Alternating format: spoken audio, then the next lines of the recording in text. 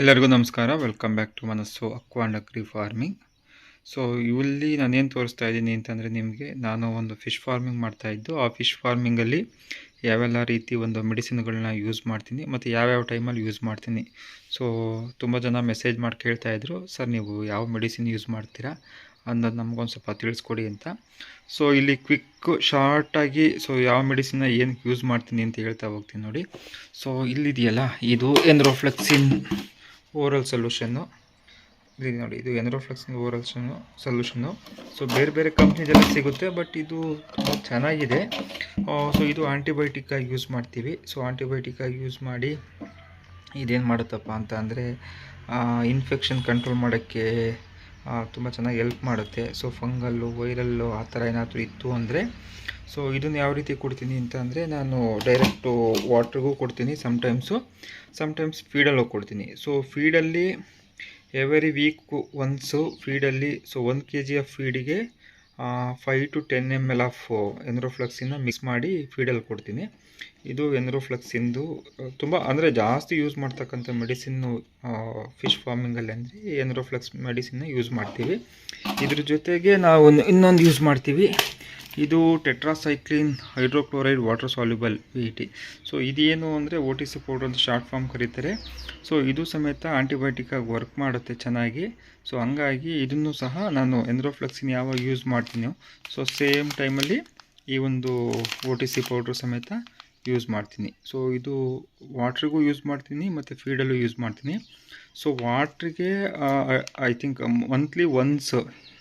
ಏನು ಅಂತಂದರೆ, ಅದು ನನ್ನ ಪಾಂಡು ಒಂದು 14 ಕುಂಟ ಪಾಂಡ್ ಅಲ್ವಾ. ಸೊ ಹಂಗಾಗಿ 200 ml ಎನ್ರೋಫ್ಲೆಕ್ಸಿನ್ ಯೂಸ್ ಮಾಡಿದ್ರೆ ಒಂದು 100 grams OTC ಪೌಡ್ರನ್ನ ಒಂದು 20 ಲೀಟ್ರ್ ವಾಟ್ರಲ್ಲಿ ಕಲಿಸ್ಬಿಟ್ಟು ಅದನ್ನ ಪಾಂಡ್ ಅಪ್ಲಿಕೇಶನ್ ಮಾಡ್ತೀನಿ. ಇದು ಆಂಟಿಬಯೋಟಿಕ್ಕು. ಸೊ ಇದು ಹಿಂಸಿ. ಸೊ ಇದು ವಿಟಮಿನ್ ಸಿ. ಇದು ಅಂದರೆ ಸ್ಟ್ರೆಸ್ನ ಕಂಟ್ರೋಲ್ ಮಾಡೋಕ್ಕೆ ತುಂಬ ಚೆನ್ನಾಗಿ ವರ್ಕ್ ಮಾಡುತ್ತೆ. ಸೊ ಮತ್ತು ಇನ್ನೇನು ಮಾಡುತ್ತಪ್ಪ ಅಂತಂದರೆ, ಇಮ್ಯುನಿಟಿ ಬಾಡಿಯಲ್ಲಿ ಫಿಶ್ ಇಮ್ಯುನಿಟಿ ಚೆನ್ನಾಗಿ ಇಂಪ್ರೂವ್ ಮಾಡುತ್ತೆ. ಸೊ ನಾನಿಲ್ಲಿ ವಿಟಮಿನ್ ಸಿ ಬೇರೆ ಬೇರೆ ಕಂಪ್ನಿದೆಲ್ಲ ಇದೆ, ನಾನು ಹಿಮಾಲಯ ಕಂಪ್ನಿದು ಯೂಸ್ ಮಾಡ್ತೀನಿ. ಸೊ ಹಿಮಾಲಯ ಕಂಪ್ನಿ ಚೆನ್ನಾಗಿದೆ ಅಂತ, ಮತ್ತು ಇದು ಹರ್ಬಲ್ ರಿಲೇಟೆಡ್ ಅಲ್ವಾ. ಸೊ ಹಂಗಾಗಿ ನಾನು ಹಿಮಾಲಯ ಪ್ರಿಫರ್ ಮಾಡ್ತೀನಿ. ಇದನ್ನು ವೀಕ್ಲಿ ಒನ್ಸ್ ಕೊಡ್ತೀನಿ. ಸೊ ಹೆಂಗೆ ಕೊಡ್ತೀನಿ ಅಂತಂದರೆ, ಫೀಡಲ್ಲಿ ಮಿಕ್ಸ್ ಮಾಡಿಕೊಡ್ತೀನಿ. ಫೀಡಲ್ಲಿ 1 kg ಆಫ್ ಫೀಡಿಗೆ 5 to 10 grams ಆಫ್ ಹಿಂಸಿನ ನಾನು ಕೊಡ್ತೀನಿ. ಮತ್ತು ಇನ್ನೊಂದು ಏನು ಅಂತ ಅಂದರೆ, ಹಿಂಸಿ ಲಿವರ್ ಟಾನಿಕ್ ಯೂಸ್ ಮಾಡ್ತೀನಿ. ಸೊ ಲಿವರ್ ಟಾನಿಕ್ಕು ಇಲ್ಲಿದೆ ನೋಡಿ, ಇದು ಲಿವರ್ ಟಾನಿಕ್ಕು. ಇದು ಸಮೇತ ಹಿಮಾಲಯ ಕಂಪ್ನಿದೆ ಲಿವರ್ ಟಾನಿಕ್ ಯೂಸ್ ಮಾಡ್ತೀನಿ. ಇದೇನು ಮಾಡುತ್ತೆ ಅಂತಂದರೆ, function efficiency of the liver, ಅಂದರೆ ಇದು ಡೈಜೆಷನ್ ಎಲ್ಲ ಹೆಲ್ಪ್ ಮಾಡೋಕ್ಕೆ ತುಂಬ ಚೆನ್ನಾಗಿ ಹೆಲ್ಪ್ ಮಾಡುತ್ತೆ. ಮತ್ತು FCR ಅಂದರೆ ಫುಡ್ ರೇಷಿಯೋ ಕನ್ವರ್ಷನ್ಗೆ ಅದು ತುಂಬ ಚೆನ್ನಾಗಿ ಹೆಲ್ಪ್ ಮಾಡುತ್ತೆ. ಮತ್ತು ಇಲ್ಲಿ ಲಿವಿ 52 ಅಲ್ಲಿ ಜನರಲ್ ಒಂದು ಬರುತ್ತೆ, ಮತ್ತು ಒಂದು ಬೈಂಡಿಂಗ್ ಏಜೆಂಟ್ ಅಂತ ಬರುತ್ತೆ.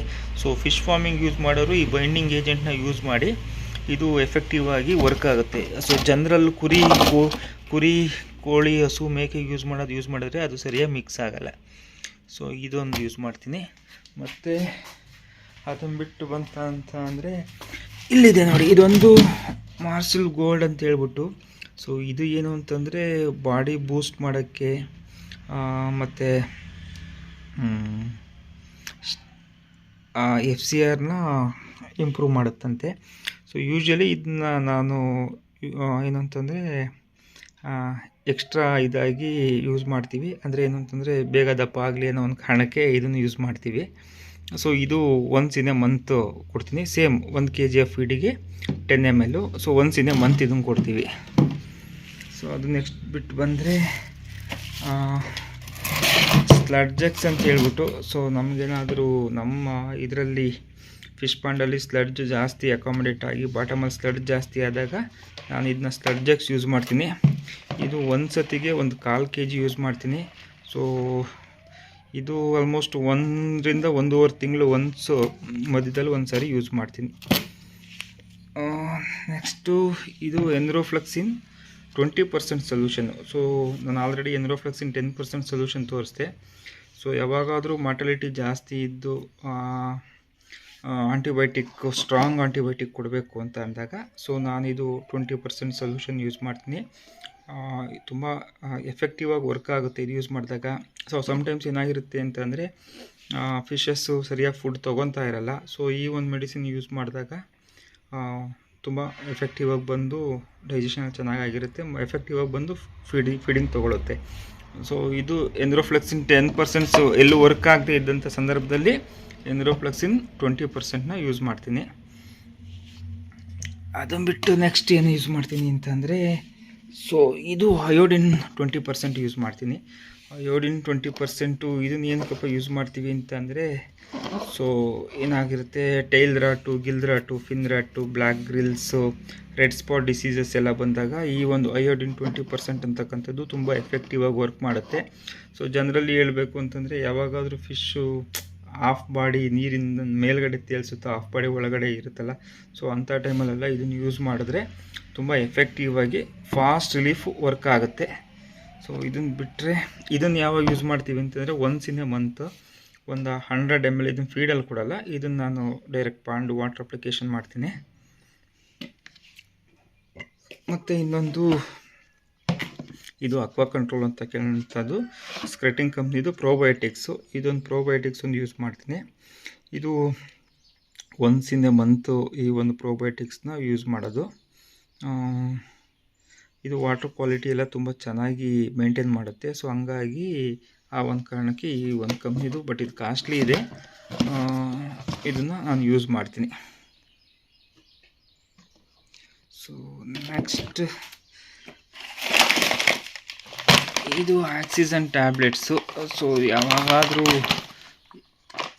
ಫಿಶಸ್ಗೆ ಉಸಿರಾಡೋಕ್ಕಾಗದೆ ಎಲ್ಲ ಮೇಲೆ ಬಂದು ತೇಲ್ತಾ ಇರ್ತವೆ. ಸೊ ಏನು ಫಿಶಸ್ ಇದೆಯೋ ಆಕ್ಸಿಜನ್ ಲೆವೆಲ್ಲು ನಿಮ್ಮ ಪಾಂಡಲ್ಲಿರೋ ವಾಟ್ರಲ್ಲಿ ಕಡಿಮೆ ಆದಾಗ ಸೊ ನಾರ್ಮಲಾಗಿ ಉಸಿರಾಡದೆ ಆಗದೆ ಇದ್ದಂಥ ಸಂದರ್ಭದಲ್ಲಿ ಅವು upper surface of the water ಮೇಲ್ಗಡೆ ಬಂದು ಓಪನ್ ಏರ್ನ ಬ್ರೀತ್ ಮಾಡ್ತಿರ್ತವೆ. ಸೊ ಅಂಥ ಟೈಮಲ್ಲಿ ತುಂಬ ಸ್ಟ್ರೆಸ್ ಆಗ್ತವೆ. ಸೊ ಆವಾಗ ಈ ಆಕ್ಸಿಜನ್ ಟ್ಯಾಬ್ಲೆಟ್ಸ್ನ ಯೂಸ್ ಮಾಡ್ಬೋದು. ಸೊ ಇದನ್ನು ಆ ಒಂದು ಕಂಡೀಷನಾಗಿ ಅಷ್ಟೇ ಯೂಸ್ ಮಾಡ್ತೀನಿ. ಸೊ ಎಮರ್ಜೆನ್ಸಿ ಪರ್ಪಸ್ ಯಾವುದಕ್ಕೂ ಇರಲಿ ಅಂತ ಹೇಳ್ಬಿಟ್ಟು ನಾನು ಇದು ಸ್ಟೋರೇಜ್ ಇಟ್ಕೊಂಡಿರ್ತೀನಿ. ಸೊ ಆಕ್ಸಿಜನ್ ಲೆವೆಲ್ ಸರಿಯಾಗಿ ವಾಟ್ರಲ್ಲಿ ಇರಲು ತೊಗೊಳಕ್ಕಾಗದಿದ್ದಂಥ ಸಂದರ್ಭದಲ್ಲಿ ಇದನ್ನು ನಾನು ಎಕ್ಸ್ಟ್ರಾ ಕೊಡ್ತೀನಿ. ಸೊ ಇದು ನಾನು ಒಂದು ಸತಿಗೆ ಒಂದು 200 ಗ್ರಾಮ್ಸು ಕೊಡ್ತೀನಿ. That is very rare use ಮಾಡೋದು. ಸೊ ಅದನ್ನು ಬಿಟ್ಟು ಬಂದರೆ ಇದು ಕಾಪರ್ ಸಲ್ಫೇಟು.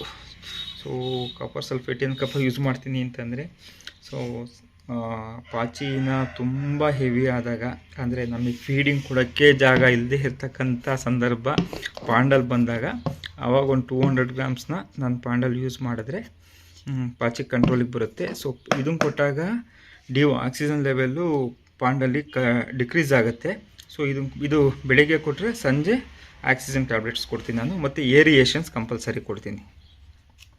ಸೊ ಇದೆಲ್ಲ ಆದಮೇಲೆ ಇದು ಟರ್ಮರಿಕ್ ಪೌಡ್ರು, ಅರಿಶಿನ ಆರ್ಗ್ಯಾನಿಕ್ಕು, ಇಲ್ಲೇ ಯಾರೋ ರೈತರು ಬೆಳೆದಿರ್ತಕ್ಕಂಥದ್ದನ್ನ ತಂದ್ಬಿಟ್ಟು ಪುಡಿ ಮಾಡಿ, ಇದು ಸಹ ನ್ಯಾಚುರಲಿ ಆಂಟಿಬಯೋಟಿಕಾಗಿ ವರ್ಕ್ ಮಾಡುತ್ತೆ. So once in a month ಫೀಡಲ್ಲಿ ಮಿಕ್ಸ್ ಮಾಡಿ ಒಂದು 1/4 kg ಅರಿಶಿನ ಫೀಡಲ್ಲಿ ಮಿಕ್ಸ್ ಮಾಡಿ ಕೊಡ್ತೀನಿ.